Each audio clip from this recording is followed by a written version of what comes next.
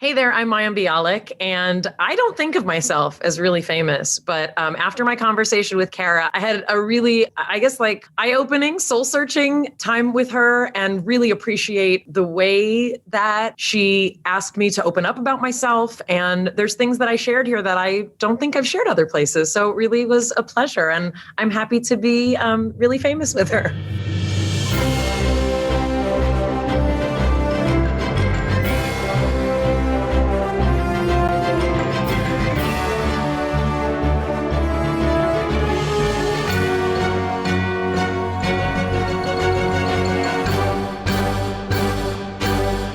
Hi, this is Kara Mayer Robinson, and you're listening to Really Famous, where I'm all about getting to know the real person behind the fame. Today, I'm talking to Mayim Bialik, the award-winning actor from the hit comedy The Big Bang Theory. You may have heard of it. She played Amy Farrah Fowler, and she was also the star of the 90s sitcom Blossom. Soon, she'll be starring in a new TV series on Fox called Call Me Kat. So you can keep an eye out for that. Mayim is super smart, and she is extremely accomplished. After Blossom and before The Big Bang Theory, Mayim went to UCLA for 12 years, and she earned a PhD in neuroscience. She also happens to be a very big activist for women in STEM, among other things, and has written 3 books on top of everything else.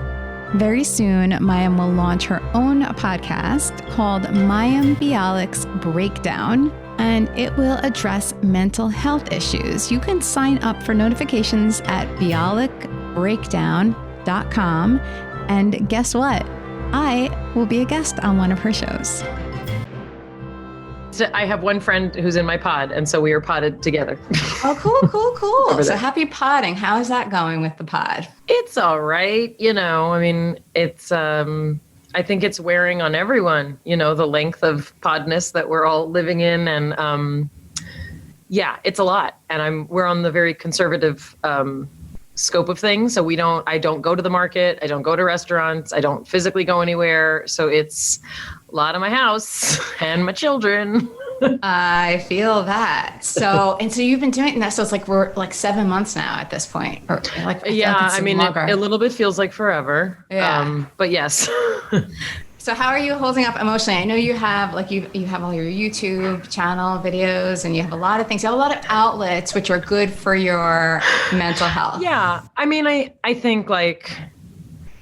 think it's been a little bit complicated. This time has been a little bit complicated in terms of like what outlets to use, also because of the Black Lives Matter movement, which has taken up a lot of our minds and hearts. And as Dave Chappelle said in his special, like, you don't really need to know what every celebrity is thinking. Like the streets are speaking. The streets are telling you exactly what they're thinking. Yeah. So I also have, I've turned my platform over a little bit to some friends and, some people who have, direct experience and are voices that need to be amplified. It's been a little bit hard though to figure out, kind of what to do. I don't really consider that, honestly, my outlet. It's an outlet for certain things, but, okay. For me as a person who's, been very vocal about living with mental health challenges really my whole life, and as someone who, worked in the field of neuropsychiatry as part of my thesis. Right. And I'm actually starting a podcast called Bialik Breakdown, where I can say, welcome to my breakdown, where we're going to be breaking down, myths, misconceptions, and, a lot of fallacies about the way we think about mental health. So it's something I've actually spent most of the quarantine specifically thinking about. And as a mom of 2 kids, like, my concern is also, how are they doing? And how much can they tell that I'm not always doing well? And the answer is quite a bit. They know. They know when mama's anxious because there's a, pandemic. So it's been a lot of balancing that. So much to talk about from what you already mentioned. So let's just go with the most recent, which is, it's a pandemic. So of course they can feel what you're feeling. So like, do you try to shield them a little bit or what? I think, well, shield is a complicated word.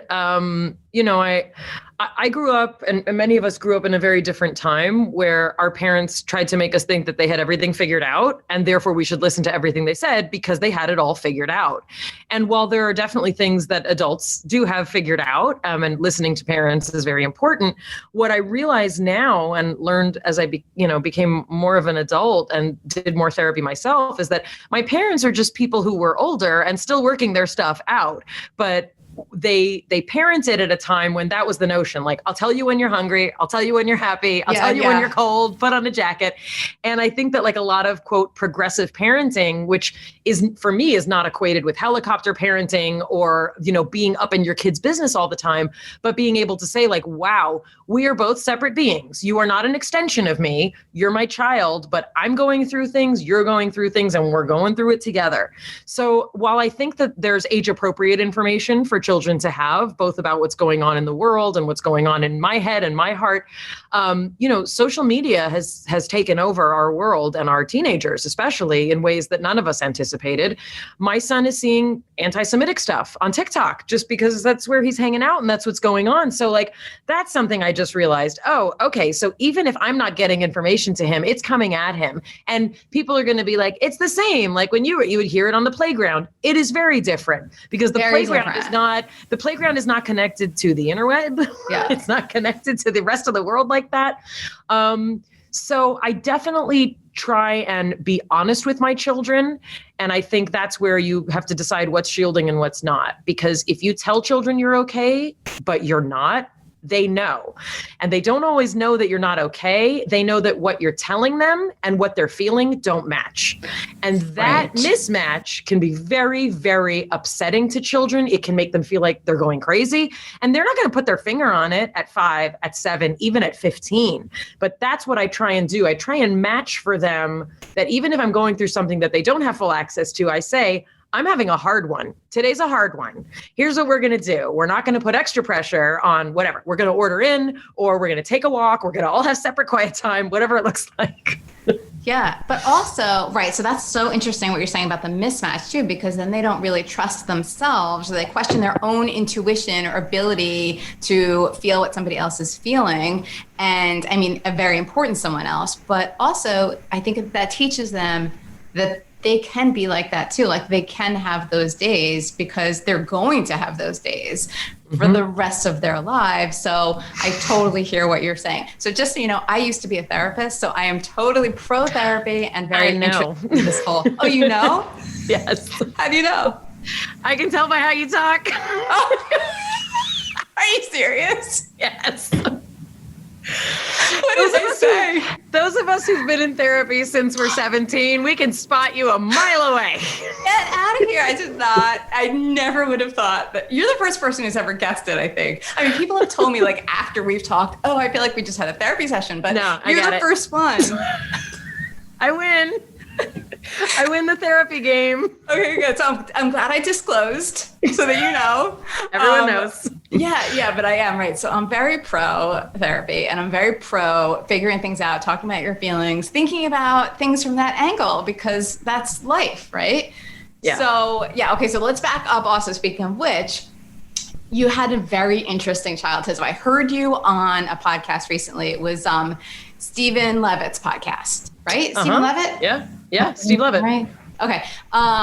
It was so great. I was really you were such an interesting guest and just talking about all these real things. And I just loved it. And I appreciate you for that. Thank you. I appreciate that. I had a wonderful time with him. He's Steve Levitt's the Freakonomics guy, as people know him. He's at University of Chicago. And that was actually one of my favorite interviews. I'm sure this will be a close second. Let's hope. All right. So you were talking about your childhood with him and very interesting. So I hate to ask you to kind of repeat the same thing you talked about, but for those of, us who haven't listened to that, maybe you can tell me, like, walk me through it impacted who you are now, for sure, how you grew up. You were worried a lot, right? There's mental illness in your family. So I'm not going to say it. No, I kind of want your analysis, honestly. I skipped therapy yesterday. No, I'm kidding. But I still will if you want. Okay. So, I don't remember exactly, which parts of everything I talked about, but, I can tell my story kind of in a nutshell. I'm a second generation American, and that is a big part of my story. My grandparents came to America during the pogroms that preceded the onset of World War II.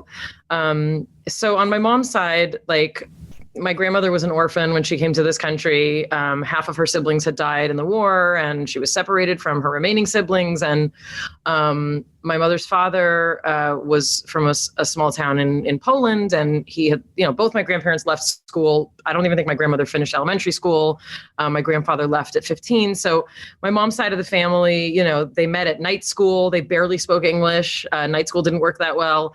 And my mom grew up in poverty. Like, my mom grew up in a tenement house. She was born during World War II in the Bronx. And on my father's side, a little bit more of an assimilated story. My father's mother was from Warsaw, came over as a young girl, and my father's father was American, my only American-born grandparent. And my dad had more of like an assimilated 1950s, Jewish American. They moved to Long Island and all those things. My father was also born during the war. And I was raised, by these two people who both came from crazy, I mean, they did. And there's mental illness on both sides of my family. And my parents got married very young. My mother was 18. She was not pregnant. And she left Orthodox Judaism. And, they were these bohemian artists. And when I was born, they were literally sleeping in my grandparents' living room. Like, we weren't living somewhere at that time. And like, they were hippies, they were public school teachers, they were civil rights activists, and I grew up in Los Angeles, but I grew up like a New Yorker. They raised me like we were in New York. That was, they made me talk like I was, like, they corrected my speech. Wait, to have a New York accent, you mean? Yeah, I was corrected. Really? Yeah, I was corrected to speak like they speak. And, we like played hit the penny in the street. Like, we had, bottle cap races. I grew up without a lot of money. We never owned a house in my life. I grew up with one bathroom for 4 people, and there are people who have it a lot worse than I do. But where I grew up, that was unusual. I was part of the busing program, the magnet programs of the 70s and 80s, where they took kids like me who came from rented houses with one bathroom for the whole family. And, I went to school in places where they had many bathrooms and different cars. Wow. And, wow. And I was a very, I was a quirky kid. I was definitely outgoing. I talked a lot. I was a problem solver. My nickname was Freud. I was the one in the family, like, making my parents makeup and trying to make sure all the pieces, were in place. And my parents did the best they could, absolutely. But I was a child that I was very, very anxious. I started experiencing more proper depression, I'd say probably in middle school. And, I'm a person with OCD, and I fall on the mild moderate, but certain things that are moderate are definitely more problematic. And I didn't know that's what it was. Like, a lot of kids have things they do. As I got older, and as doctors kept saying, like, why are you so this? Why are you, do you have a number? I said, of course I have a number. Who doesn't have a number? I got to touch things that number of times. And the doctor was like, very interesting. Oh, Let me ask you some more questions. Wait, so you didn't know then, like, it just didn't feel, I mean, of course it was uncomfortable, but it wasn't that level of, like, you weren't worried about worrying, or were you? No, I didn't know. It was just normal. I mean, I think, like, and that's what's sort of, both beautiful and disturbing about being a child. Like, what you grow up in is absolutely normal. Like, normal. It's normal. So, like, the things that we do, the things that any of us do, those are the things to bind anxiety. And some houses are more anxious than others. And I definitely grew up in a house with a lot of uncertainty, a lot of anxiety, financial insecurity. My dad was a frustrated artist. He was a public school teacher. So was my mom. Like, there was a lot. There was a lot, and there was a lot for me to be anxious about. And, in families like mine, like, the Holocaust looms large. It really does. It's like, it's a big part of, I grew up speaking Yiddish. Like, my grandparents never really spoke English very well. I mean, they got by, but, I grew up in they talk about it a lot? They talked about, like, we can never No, my grandmother would not talk about it. Your parents would. My parents, and it was just like, also? It was known. Yeah, you'd hear like bits and pieces. And I've actually learned more from my great aunt, who's the last living member of that side of my family. I've learned about more aunts that I had that I never knew, who died. And like, just people I never knew, because my grandmother, she could not talk about it when I tried to get her to. I mean, she was one of those women who was always crying. She never recovered. And there are amazing people who come through what what she came through and have a new lease on life. And they're very religious and excited. And that just wasn't my family's story. So it was just this like sadness that, was always with her. And a lot of tension. There's a lot of tension on both sides of my family. And look, nobody talked about feelings. Like, it's not really a surprise, like no one talked about feelings. It just wasn't what we did, it wasn't what my parents did in their childhoods, and there wasn't time for that, But you are so like that now. That's a lot of therapy. That's a lot. I mean, that's a lot of therapy. It's a lot of work. It's a lot of writing, and it's literally making my self-care, really my number one priority. It's what enables me to be a parent. I mean, I have to do it for my kids. I have to. I don't love going to therapy. I mean, well, most days I do, but I don't love having my week eaten up by all the self-care I have to do, but it's so that I can show up for my kids, and not be a wreck, Yeah. Especially right now. So yeah. Oh yeah. I mean, more than ever. So that's so interesting though. So then your nickname was Freud. So who named you that? I guess my parent, I mean, like they said, I was always solving problems. Like, so I was that problems, one. Analyzing things, I guess, right? Yeah. Oh, of course. Big time. Well, you obviously that you've always done. That's just part of who you are, I think. Mm-hmm. And so then why did you start seeing a therapist then? Was it that middle school depression? No, I'm trying to think. No, it was, I wish that I had started seeing someone in middle school. No, it wasn't until I was almost out of high school that I actually got help. I think the average number of years it takes for someone to get help after onset of symptoms is like 11 years or something like that. It's forever, right? It's forever. Normal. So, there were things, from very early that were signs that you didn't know to look for anything, And when I was a very late bloomer, and when I started getting my lady cycle, my moods started kind of ricocheting about, which is actually not, now that I know, like it's not unusual when you're first starting to have all that leveling out of hormones. But, for me, it felt really, really deep and really, really dark. And that's when I got help. I started having panic attacks, like proper panic attacks, not the kind of panic attacks, forgive me, that a lot of people talk about, like, OMG, I had a panic attack because he was late. And it's like, no, if you have panic disorder, you know that very specifically you think you need to go to the hospital because you're dying. Feels like a heart attack. It feels like a heart attack. It feels like so physiologically it feels like a heart attack. But at 16, 17, I didn't even know what heart attack felt like. I knew that I thought if I didn't go to a hospital that I was going to die in the street. Like that's what it feels like. So that was happening. That's really when I first, went and proper got help. Got it. Okay. So that's so interesting. So then you still have therapy today, but it helps you with different things. So do you feel like you figured yourself out? Like, do you feel like you figured all that initial stuff out? I have not had a proper panic attack in many years, which is really wonderful, because part of panic attacks, which are different than anxiety attacks, is that the fear of having your next one is enough to set it off again. And that actually distinguishes it from it. Right. That distinguishes it from anxiety attacks, which you can be like, oh my gosh, I don't want to have another one. Panic attack, like you can give yourself another one from being afraid you're going to have another one, like another day. So that has not happened in a long time. I first got not good help. I was turned over by my internist to a psychiatrist. And while psychiatrists are very good at what they do, what I needed was a talk therapist. And I didn't even know to ask for that. So, I eventually, I like to say I've been in the right therapy since I was about 20. So it took a couple years of sort of, trying to figure it out. And being given medication, which absolutely helped me stop thinking I needed to go to the hospital. But working through a lot of that, yes, it takes a very long time. And the kind of stuff, that I live with and have lived with and is in my DNA and in my epigenetic system, I really do believe I want to be processing really for my life. Like I'm a strong believer in psychotherapy, and there have been times in my life where I've done cognitive behavioral therapy for specific things or, specific behaviors and things. But I really do believe in talk therapy, and I'm very grateful that I can afford it.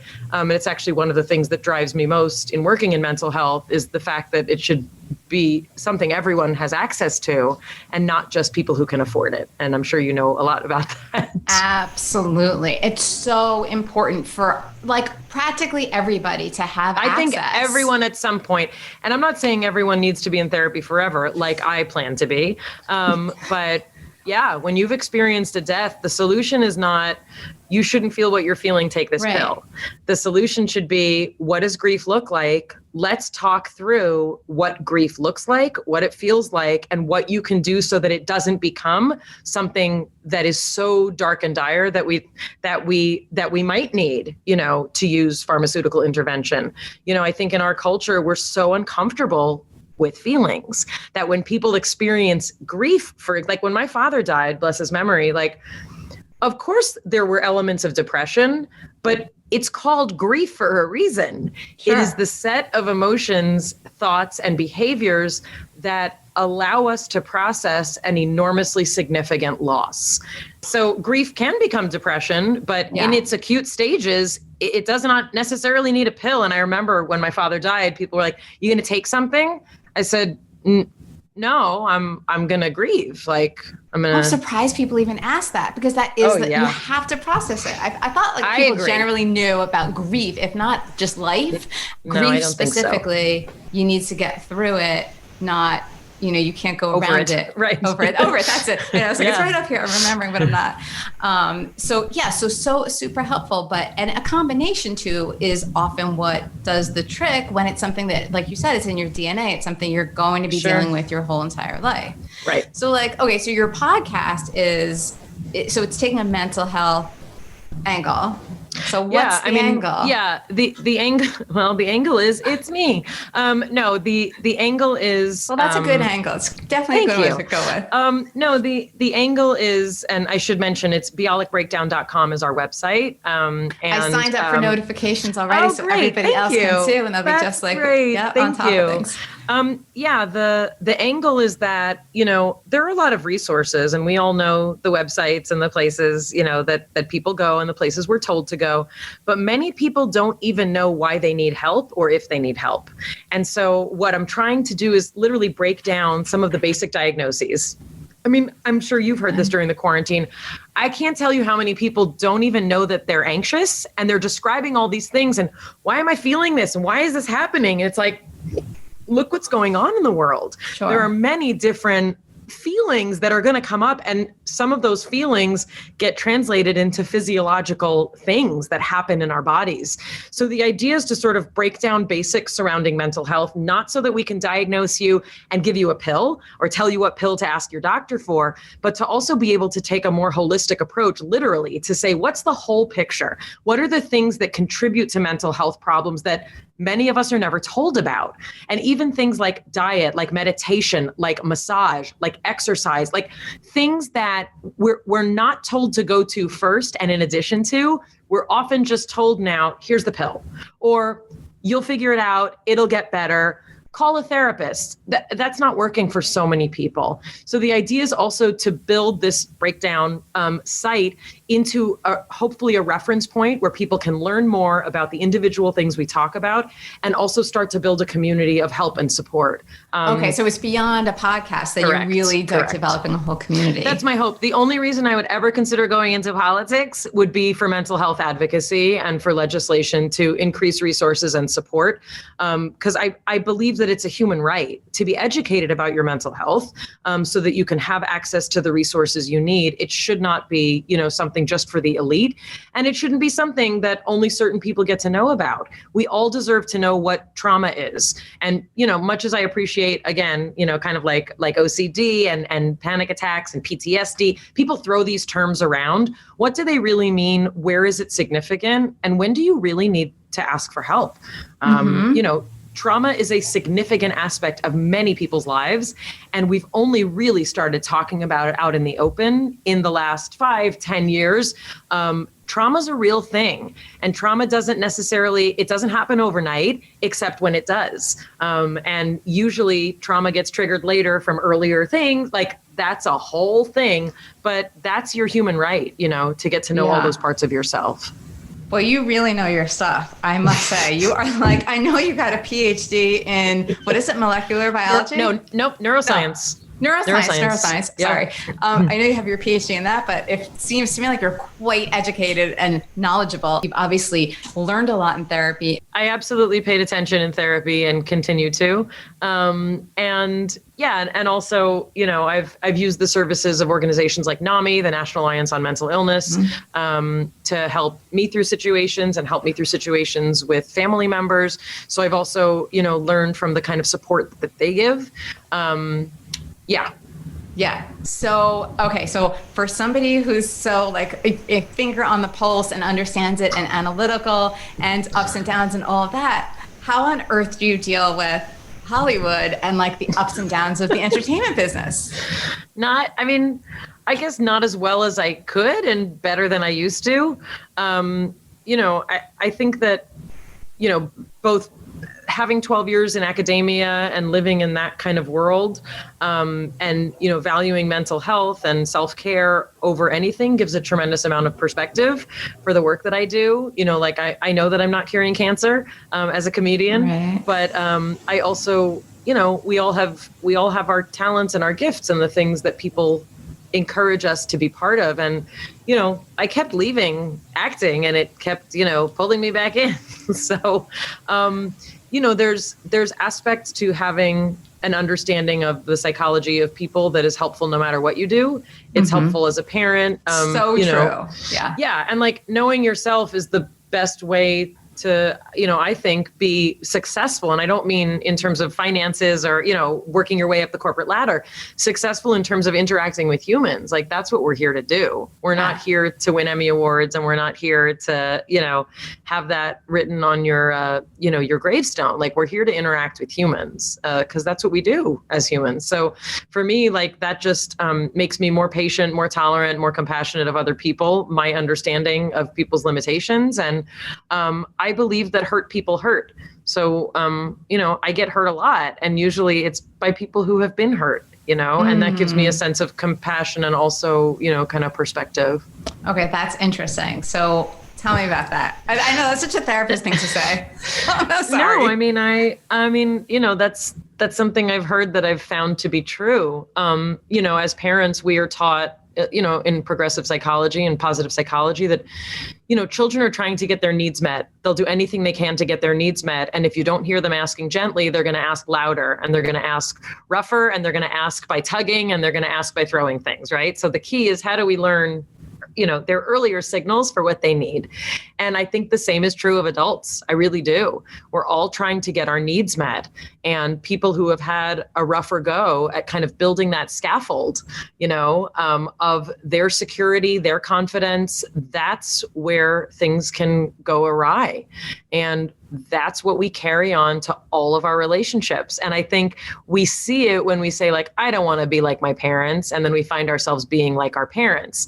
And there are many ways that I'm happy to be like my parents. And there are a lot of ways that I've had to work really hard to do it differently. And that doesn't mean that I don't appreciate what they did. My mother's always like, why does it always have to be that you blame me? But the fact that I became a vegan doesn't mean that it was wrong that she fed me meat and dairy. Sure. It means that I get to make my own way, and I get to live literally my own life. And I think in my family and in particular ethnic families in particular, and immigrant families, you do get a lot of enmeshing. You get a lot of sticking together and nobody understands us, and let's keep it all in the tribe, and no one needs to know what's going on. And it makes for a lot of secrecy. It makes for a lot of gossip, and that's it. Many people turn out fine. I happened to be the kind of kid that was deeply affected by that kind of confusion and tension. And so I get to do it my own way, also with my, parents in my life. And that's a challenge too, Yeah. And that reminds me too. So you said a highly sensitive person, right? HSP, you said, right? I'm an HSP. Yeah. So when did you find out that there's actually a thing that HSP is a thing? Yeah, I found out because my younger son, I gave it to him. I infected him with HS. But were you like, this is me and I totally know this? And then finally there was something that explained. Oh yeah. Like once I saw that acronym, it felt really good to know that like it's a real thing. Yeah. And my whole life I was told, you're too sensitive, you're too emotional, calm down, blah, blah, blah. All those things, which just made it worse, just made me feel crazier. I was in a significant car accident 8 years ago. And after that, a tremendous amount of literally trauma stuff surfaced. I became sound sensitive. I became touch sensitive. And I was like, what is happening? I've lived my whole life not thinking of how loud a fire engine is. Like, why is this my life? So it's so interesting to have a child who did not experience, thank God, a car accident or that kind of trauma, and just was like that naturally. So the two of us together, when fire engines pass, we both go like this. So interesting. So that's actually I cover his ears, he covers mine. Yeah. So interesting. It's a physical response to physical like sounds and light and things like that, not emotions of like. Because I was thinking when you first talked about it, you're right. I was thinking about how you feel. Really, it's empathy to the nth degree. With me, it is everything to the nth degree. Like that's how a lot of people describe me. Like all the feelings at 100, you know, and I'm really grateful I found other friends like that. I have a friend, Abby, who's like this. And like when we became close friends, really just in the last, 5 or 10 years, like we were so happy to find each other, but it's a lot. It's a lot of emotional information with us, like all the feelings, so many feelings, like crying when we're happy, crying when we're sad. When you put us together, it's like all the time. And you obviously shouldn't marry someone like that or, hang out with someone like that too much because it's a lot. But yeah, that's what it's like. And, I've had people tell me that, like I hear things differently, meaning I hear what they really think. Like people have admitted to me, partners, boyfriends have said, I didn't want you to know that that's what I was saying, but you figured it out. I just hear it. Like I hear with my heart is how I say it. It's very strange. Right. It's a superpower. That is interesting. But I think that, I don't know if that's connected to that or if it's just you really being in tune with. To me, it feels like it. Well, I appreciate that. To me, it feels like a deep, deep connection to emotional content. Whether it's coming in, whether I'm putting it out, it's a deep connection and it's an emotional attachment also to physical things that occur in my environment. Yeah, like I said, I hope it's a superpower. Yeah, I would think, right. So it could be a gift and a curse, right? It could be both things. But, it's a lot. It's a lot, but one with the other. So is that interesting for your friend, for you to see what you are like on the other side? I mean, you probably see it more with her, I would imagine, than your son, right? Yeah, I mean, it's different because when you're parenting, you are tasked with, helping someone else regulate it. And kids can get overwhelmed by those feelings because they haven't named them yet. They don't know what they are. And I remember the first time that Fred felt fluttery in his chest, and he literally described it. He had zero idea what was happening. He's like, it feels like something's building. What's building in my chest? Why does it feel like that? And it was so interesting and also like a wonderful point to be able to say like, hey, I get it, And I remember that night when I was tucking him in, he was like, I'm so glad you're like me. Because like you understand. And I was like, oh, and my ex-husband, we have a really beautiful relationship. We work very hard at it. He's not necessarily like that, which you can't have two people who are like that. But it's so sweet that like I can hold those things in a different way and, and he can hold different things. And even though we don't live in the same house, like we're still co-parenting, these people, like we're their parents. So it's really cool that he'll say like, oh, this child, he's just all the feelings. And I'm like, I know. But I bet he's also like, yeah, I know about this. This is nothing new for me.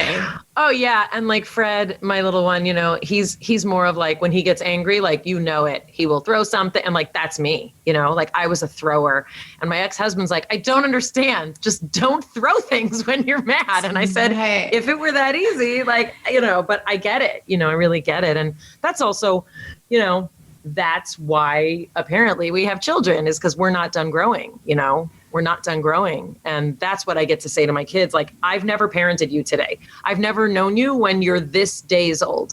And when I'm this age, like here's our first day, here's our first day doing this day. And I think that it's so important to realize that you're always going to be growing, and not only to realize it, but to accept it and want it and celebrate it, because I think it's the day that you stop doing that really problems can start on a bigger level, because we're always evolving. We're always learning, and there's always new information coming in. But I think the problem is like, no one told me that. Like when I was a kid, I thought, boy, life is hard and I'm very moody and I like reading French, existential philosophy. And one day I'll stop feeling so conflicted and I'll find the man who I will spend the rest of my life with and everything will be great. And no one said to me what you and I are talking about, which is now what I tell my children, my friends' daughters, the kids that I get to, not physically, but be around. Like, life is about a constant process of getting to know yourself. And you will get to points where you feel more resolved, more confident, more loved, more loving, more beautiful, less crazy. But ultimately, I'm a big kid. I am a gigantic kid who's stuck in a 44-year-old body today, and I'll be 45, and then I'll be 45 and figuring it out. But when I hear women like, when I was 55 is when I really got to know myself, I'm like, what? Yes. I don't know. I want to know now so that I stop having nightmares sometimes and I stop worrying and like, why are my knees saggy? Who wanted saggy knees? Like, what? Yeah, this is called life. And like, right, it's good to hear women who are 55 or 75 and telling you about when they were 55 was when they started to get it, right? Because then it shows you, those are like role models for you to see that, so it's not about like, I am who I am and I'm going to be perfect and complete once I get the man. So like, how did that evolve for you, that whole fairy tale thing? That's like, it's really smashing the pictures, like smashing the pictures of what you thought your life should look like. And, I'm very grateful. My parents were together for 53 years until my father passed. And, I was taught that there's only one way to love, and that's it. You find that person at a high school party, you see them across the room, you get married, you move in together. After you get married, you don't have sex with anyone else, and then you're married for 53 years. And like, that's not what my life looked like. And that's not what a lot of people's lives look like. And but you expected that though? Of course, you wanted it? 1,000,000%. Oh, my brother married his high school sweetheart. Like, I was, to this day, like when my mother hears, like, oh, a friend's mom, just lost her husband. And she's like, oh, how long were they together? And I was like, oh, like 60. She's like, that's true love. And I was like, what?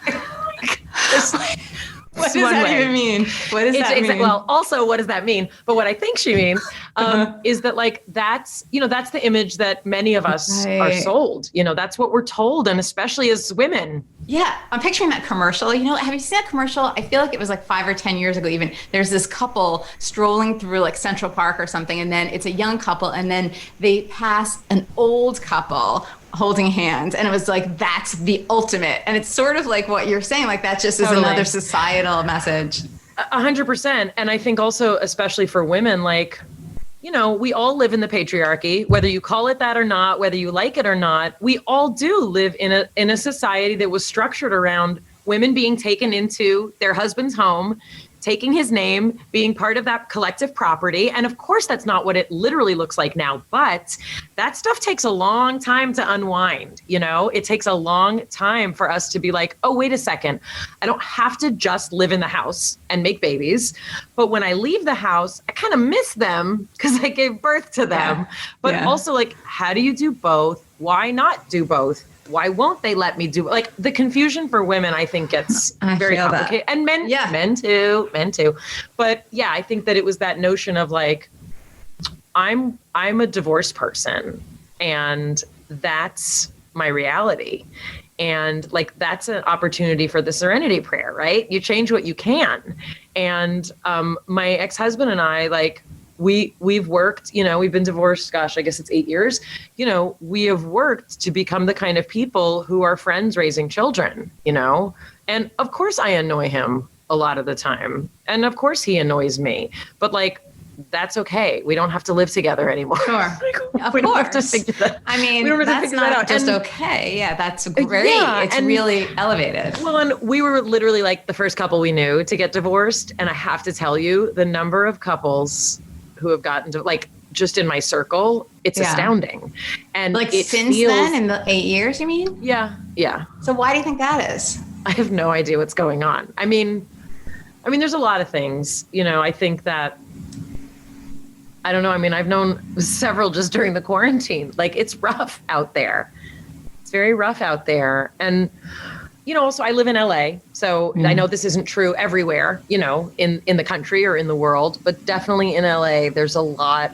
I think there's a lot of still gender confusion, meaning in terms of who does what, whose responsibilities are what, not gender confusion the other way, like in the, progressive I know what way. you mean. Where some of the old 50s notions are still being worked out. Correct. And I think much as we feel like, oh, the women's movement was so long ago, it wasn't that long ago. Like when you take human history and you take the evolution of us, like from hunter-gatherer society to now, it's like barely happened. And so the thought that like in one generation or two generations, we're going to figure this out, that we went from my mother's generation, my mother said, I never even thought to keep my name, but she said, why would I give up my name? She's like, no one can find me in the world. I can't look anybody up on Facebook. Like, no one told us we could keep our name. And like to go from that to women in our generation who are either like hyphenating or including or not taking a name and not feeling bad about it. Like so many things also we have to catch up to so many other things. Like the patriarchy does not unwind in 40 years, Right. And these things take time and they're uncomfortable too. There's going to be a lot of, and not going to be, but there's still going to be a lot of struggle and a lot of pain. And it's really like change and growth can get ugly, but it's necessary because that's just the nature of the beast. Yeah, we break down before we build back up, Right. And I think also like so many people don't, we want the fix now. It's very Western of us, we want the fix right now. We want it better right now. Like, oh, let's open up our marriage. That'll fix it. Let's have another baby. That'll fix it. And the fact is the kind of growth that we do as humans who tend to not necessarily tend towards monogamy as a species. If you want to force yourself to be in one place with a dude as a woman, strap on your seatbelt because he's likely not going to be the one to meet all of your girlfriend needs. That's not what that partnership's supposed to do. And also, there are couples of women, like women couples and men couples, they have these struggles too. Sure. It's not just about genitalia, it's about like it takes a village even in this way. And we're not talking about raising kids, but like just it takes balance and tolerance, meaning you don't need to be with someone who's exactly like you, but the skills needed to navigate that is what a lot of us don't have, and we're kind of like muddling through it together. That's interesting. So like I think you're right, but like how would we as a society give people skills like that? You know what I mean? Like that's an interesting question, I guess. I mean, like if you want me to use my like super creative brain, like my creative please. mental health brain. Yeah, I think that the kind of reasoning that you and I are talking about, I think should be part of our education from the time that we are in puberty, if not before.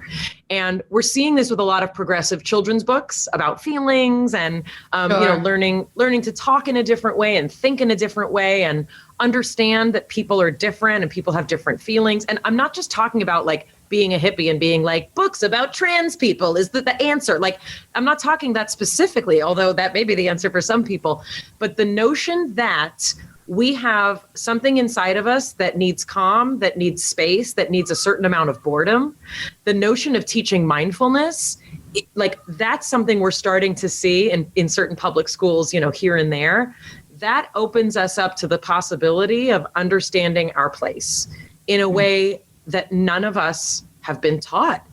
And to me, learning how to be a good partner, not just sex ed and some of the things that are being taught in sex ed. Yeah, I wouldn't send my kid for those classes. Like, I don't need you to tell them every single detail about every single possible way to not get pregnant. Like, we could talk about it other times, but that's not what I'm talking about. I'm talking about emotional preparation, like for what comes next in the world.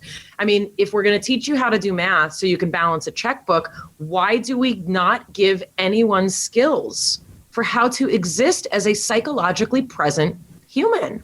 Yeah. It's not just about say no to drugs. It's about drugs and alcohol are the things that we do to fill that God-shaped hole, right? Whatever that hole is in your soul, whether it's from trauma or abuse or just being an existentially existing human, we're going to fill it with something. You can fill it with work, you can fill it with food, or you can fill it with this self-awareness, And there's still going to be people who want to drink and do drugs. I totally get it. But the notion that when you're a teenager, that's what you're being taught to fill it with. Or here, take this pill. Take Prozac. That'll fix it.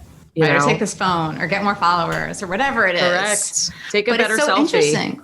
Yeah, right. If you could only master the selfie, you're going to be mastering life, which of course is not. Just in case it sounds face value or whatever. Can you imagine though if everybody was like when we get kids at a young age and they're taught how to empathize and how to understand and listen to other people. And, that would just change everything. I mean, maybe it wouldn't change everything. No, but I have to say that, a lot of and I do not have perfect children. Absolutely not. I would never claim that. I'm not a perfect parent. Well, they are not perfect children. No, nobody does. But what I will say is that, I was teased and ridiculed and called out for a lot of aspects of parenting choices that I made very consciously. And there are those among us who do believe that the way you conduct yourself in pregnancy, the way you prepare to have a baby, the way you give birth, meaning the mental state you're in, the way you set up the first 40 days of the new life of a child. People love to laugh at us hippies who don't let anyone in the house for 40 days and, do all these things where we put a sign on the door, please respect this home. We just had a new little soul enter it. Please ask what you can do to be of service and leave in 20 minutes, right? I'm a lactation educator counselor. Many problems that I counsel women about regard their lack of self-care in the postpartum period, meaning doing what they think they should do, doing what having the mother-in-law come who's not supportive and then wondering why they're getting breast infections and get, run down and all these things.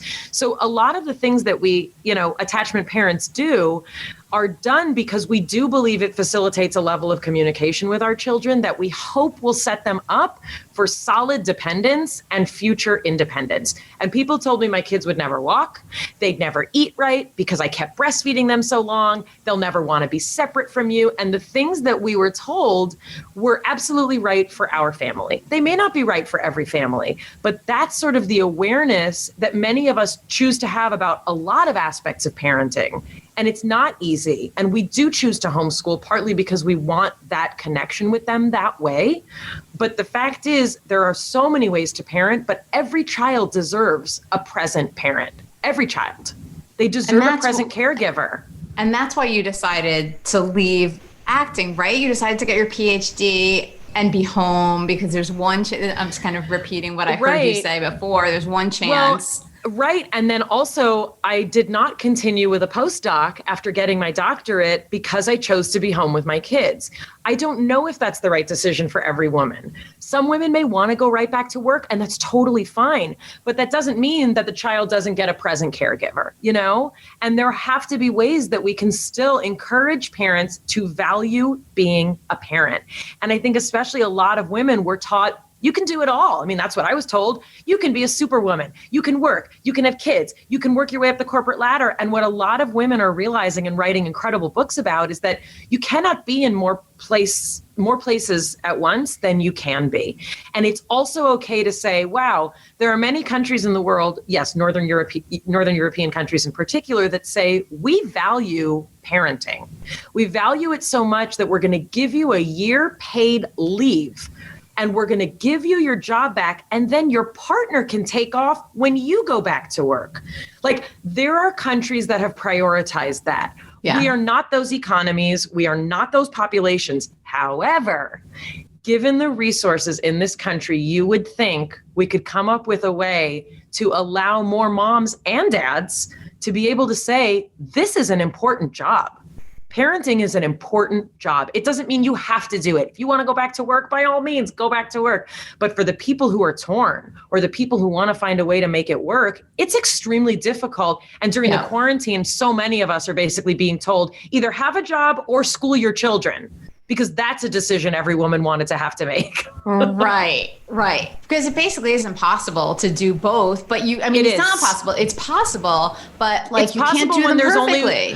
No. And the fact is, when people are like, well, you homeschool, how do you do this? We homeschool with one working parent, that's me, and one parent whose job is to be the homeschool parent. Every family that I know in our homeschool community is not part of a family with two working parents. You cannot do that. Homeschooling involves being physically available, emotionally, cognitively available. It doesn't mean setting them up on a Zoom and hoping it goes okay, because that will make everyone crazy. So what people are doing now is, you're right, it's impossible. What we're doing is we're all doing the best we can right now. And when I'm working and have my kids and I'm getting them set up on Zoom, I'm as crazy as you are. I'm like, I can't, I got to do that. People are I don't know, figure it out. Like, that's what my house looks like. And also feed the cats when you're done. But that's life. That's family. That's what it is. That's just and we're all in it. We're all in it. Except for the 1%, we're all in it. Meaning like, except for the people who can pay to have tutors take care of their children. And God bless them if that's what fine. But for those of us who are in the trenches with our kids, we're all in it together. I have to believe my child's future is not going to be dependent on this screwy year, because it's a mess. It's a mess. That's all I can say. I could say so much more, but like sometimes all that I can say is it's a mess. Like, how are you feeling emotionally? Like, how are you dealing with 2020 emotionally? I don't like it. I don't like it. As a Jewish person who actually goes to synagogue and gets a lot out of that, it's been a huge loss for my family, because that's our social hub. It's our community hub. It's our social justice hub. We go to a very progressive synagogue where every week we get to learn why it's relevant to be a person of faith, and fight for voices that need to be elevated. And I've missed that. I do not stream services online. So Rosh Hashanah and Yom Kippur, which are very big, religious, spiritual holidays, they were very quiet in my house. Right. So why don't you stream them? Do you decided you don't want to? No, it's not. My religious sensibility does not feel, it just doesn't feel right to me to be, for me, meaning it doesn't feel right for me to be on a computer and a TV. I don't want that interface with technology on a holy day, just for me. I get it. It's a huge loss, but that's been an unnecessary part of life, meaning for all of us to we're losing our community. I feel anxious. I'll be honest. I am a bleeding heart liberal person. The Black Lives Matter movement has really, it has torn my heart out, rightfully so. Sure. I've had a lot of conversations with my children. We watched the 13th, the documentary. And we've taken this time to talk a lot about different populations and what that means in this country. And I'll be super honest, I don't know who to trust. I don't know what to trust. I don't know which news to trust. I don't, on any given day, know if I should listen to the CDC or if they're going to be told by the president something that he wants them to say. It feels really scary. And to me, no matter what your political party is, if we don't feel like we can trust certain institutions, it feels like I'm flying without a net. It does. It feels like I'm flying without a net. I happen to feel a tremendous amount of anxiety as a Jewish person, as a minority person in this country. We are 2% of the population. I do not like the discussions of white supremacy and white supremacist groups. It scares me. It scares my children. It scares my ex-husband. It's a set of conversations I really never thought I'd be having in this lifetime. And for people who are like, oh, the Holocaust happened so long ago, why stop teaching it to your kids? We obviously have not learned the lessons because there's genocide everywhere. There's genocide all over the world. Yeah. And in our very own country, and I don't feel safe for my Black brothers and sisters. I don't feel safe for my lesbian, gay, bisexual, transgender friends. It doesn't feel good. And for me, that's anxiety. Like, my nails are a mess. My sleep is a mess. My eating, I'm eating. Am I even hungry? What's going on? That's what it's like over here. Right. Well, so you're normal and you're human, as if, we didn't know that already. But yeah, obviously. So that's what else can you be? If you're not, then you're also not feeling things, thinking things. I think it's what we have today. It's what we're dealing with. Absolutely. I feel like also you're so fascinating to talk to, and your mind works so fast and you think about things on such an interesting level. I love that. I wonder, like, I feel like you need friends like that too. Like, so have you always found friends like that, or no? I bet. Hard, right?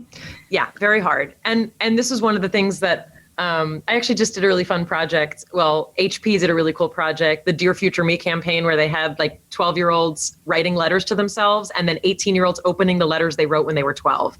Cool. And it's got me thinking a lot about, like, when I was 12, like, my fear was that no one was like me. And indeed, many people are not. But what I wish I had known at 12 was that, like, you'll find more people like you. And I did. It did take me really until college, really until I left. Hi, Kat. Really until, until I left my parents' home, both physically and also kind of psychologically, to start being my own person.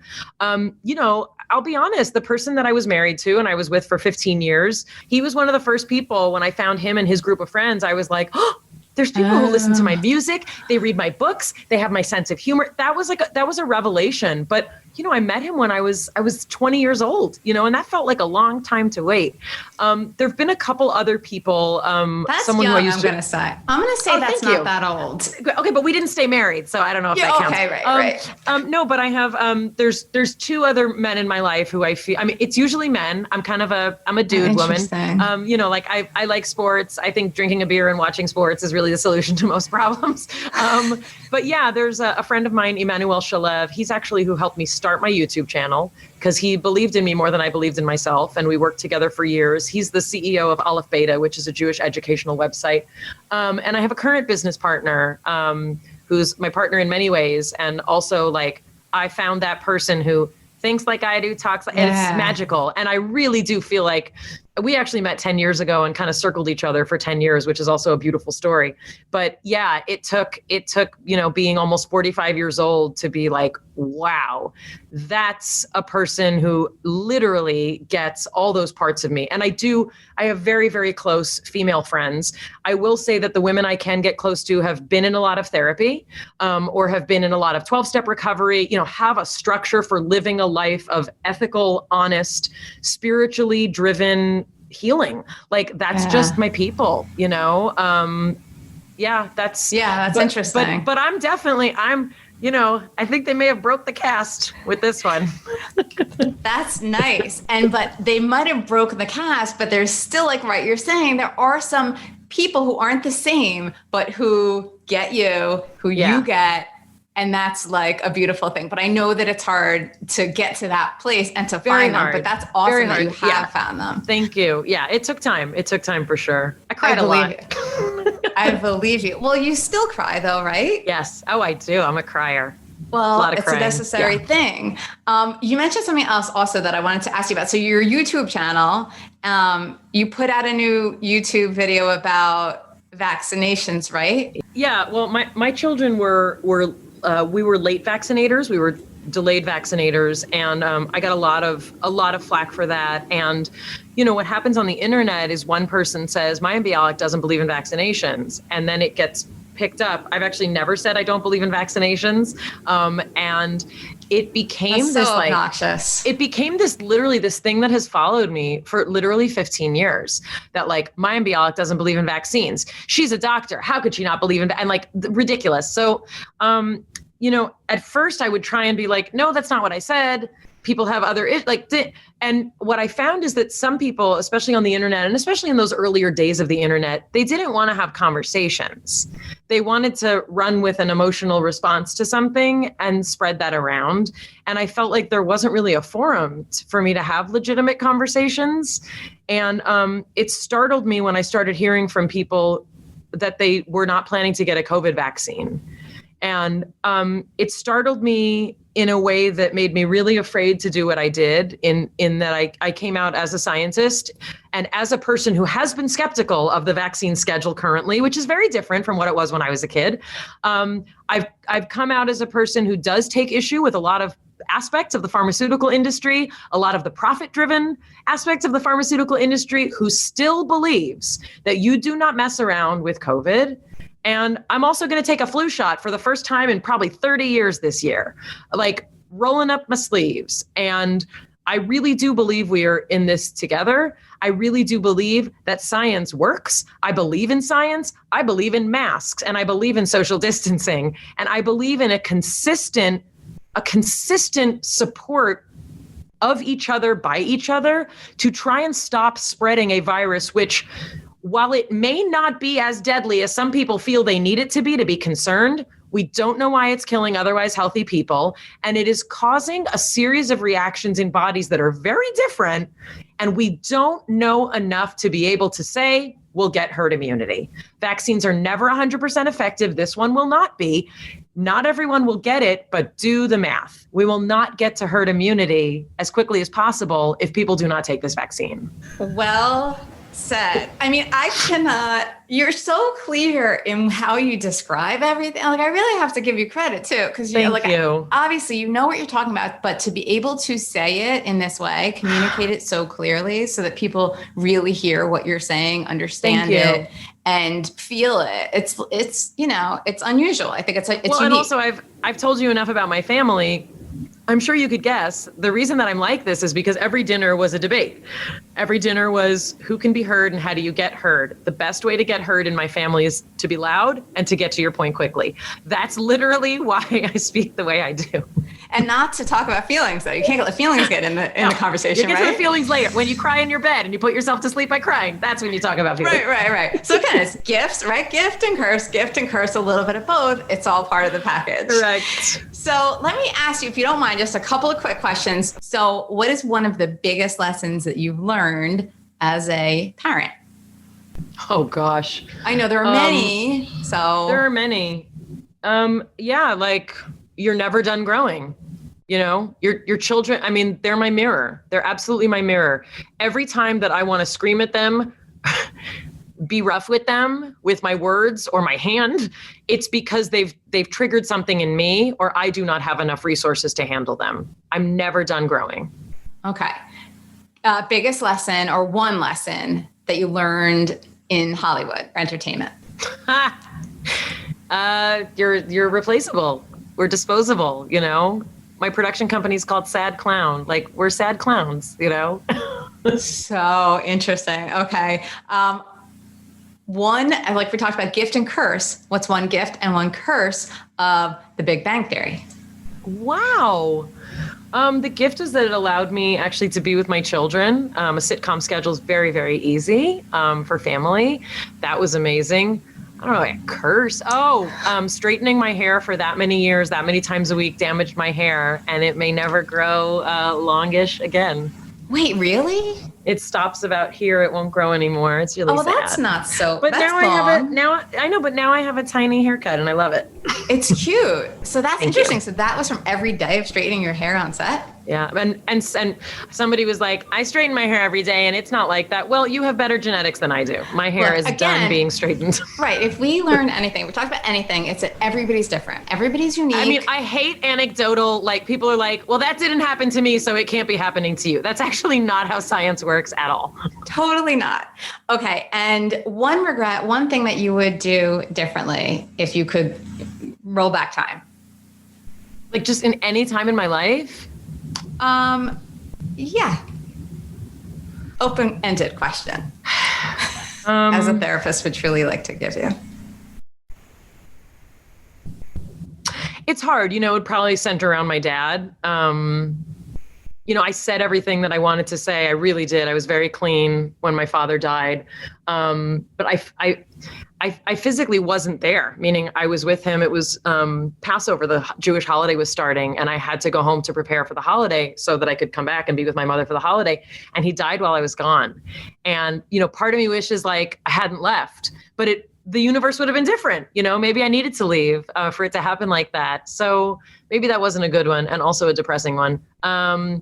You know what? I should have drank more wine before I acquired an allergy to wine.